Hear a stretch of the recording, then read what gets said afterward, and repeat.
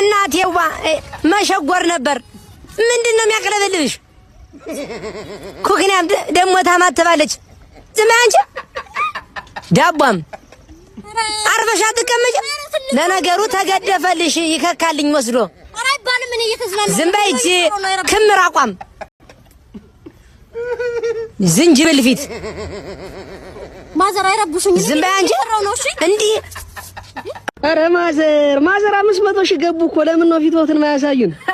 ይሄን ግመል ፊት ሰው እየውለ ነው። አረ ግድ የለም እንየው ማዘር። አዎ 500 ሺህማ ቴንኪው ብያለሁ።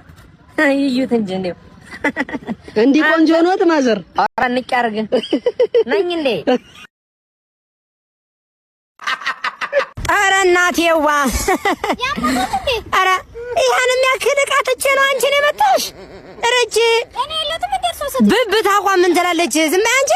ምን አይነት ቅሌታ ሸምበቆ አቋም ደግሞ እቺ ምን ትላለች? ድንች ፊት ዝም በይ። አረ ወደዛ ትልቅ ሰው አይደሉ እንዴ? እንክብል እሰይ አሁንማ ይኸውልሽ ሊገደፍልሽ ነው እንግዲህ ወስዶ መከካት ነው እንግዲህ። አረ ይፈሩ በእግዚአብሔር። ዝም በይ አንቺ።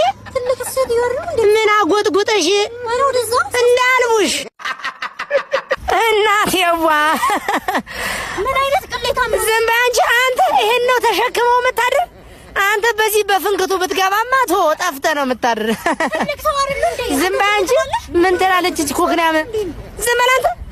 አንቺማ ቢኪኒ ነው ሚኪኒ የምትባለው ፓንት በተለብሻት አረ በእግዚአብሔር ሳምንት ነው እየሳቅሽ የምታድሪ። ዝም በይ አንቺ። አረ በእግዚአብሔር ትልቅ ሰው አይደሉት እንዴ? ምን አይነት ቅሌታም ነው? ዳቧም